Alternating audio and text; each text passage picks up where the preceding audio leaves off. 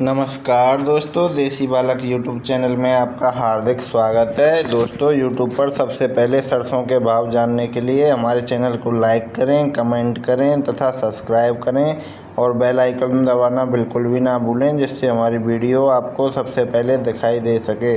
दोस्तों, आज हम चर्चा करेंगे सरसों में 8000 के भाव की कितनी आस है। सरसों का भाव 8000 तक पहुँचेगा या नहीं, इस पर। तो साथियों, सरसों का बाज़ार अब ऐसे मोड़ पर आ गया है जहां से इसकी आगे की दिशा या दशा का अनुमान लगाना मुश्किल हो रहा है। सरसों का कमज़ोर उत्पादन, कमज़ोर स्टॉक और आने वाले त्योहारी सीजन की डिमांड तेज़ी की तरफ इशारा कर रही है, लेकिन रिकॉर्ड ऊंचाई पर चल रहे हैं। भाव व्यापार को रिस्की बना रहे हैं।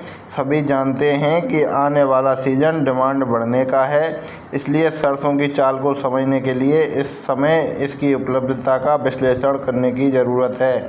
बता दें कि 1 अगस्त से 17 अगस्त तक 2025 में सरसों की कुल आवक लगभग 37.5 लाख बोरी रही, जो पिछले साल अगस्त 2024 की 34.15 लाख बोरी से करीब 10% अधिक है।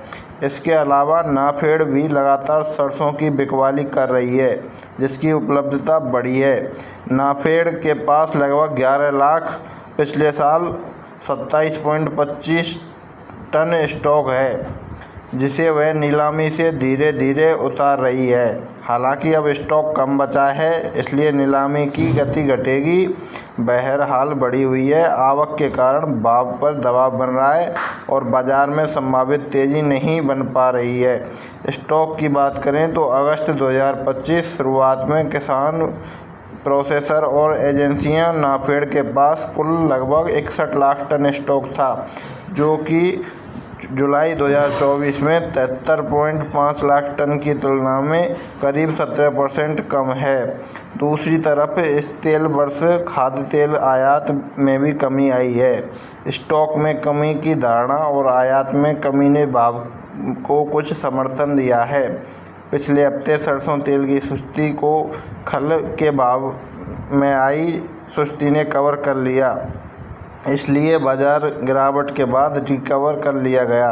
बता दें कि जुलाई 2025 तक भारत का कुल खाद्य तेल आयात 9% घटकर 107.56 लाख टन रहा, जबकि पिछले साल समान अवधि में यह 121.24 लाख टन था। निकट अवधि 10 से 15 तक भाव बाजार रेंज बाउंड रहने का अनुमान है, लेकिन सितंबर मध्य से दिवाली तक मांग बढ़ने और स्टॉक घटने से भाव में मजबूती की संभावना है। तकनीकी रूप से जयपुर में 7650 और भरतपुर में 7125 प्रमुख प्रतिरोध स्तर है, जिसके ऊपर जाने पर जयपुर 7800 और भरतपुर में 7300 तक की तेज़ी बन सकती है। सितंबर मध्य के बाद ही 8000 के भाव की उम्मीद जयपुर में कर सकते हैं।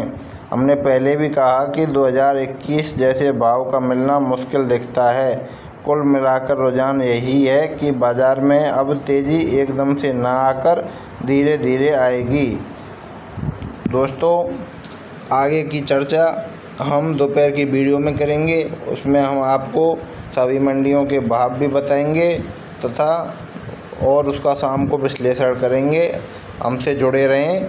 धन्यवाद। जय जवान, जय किसान।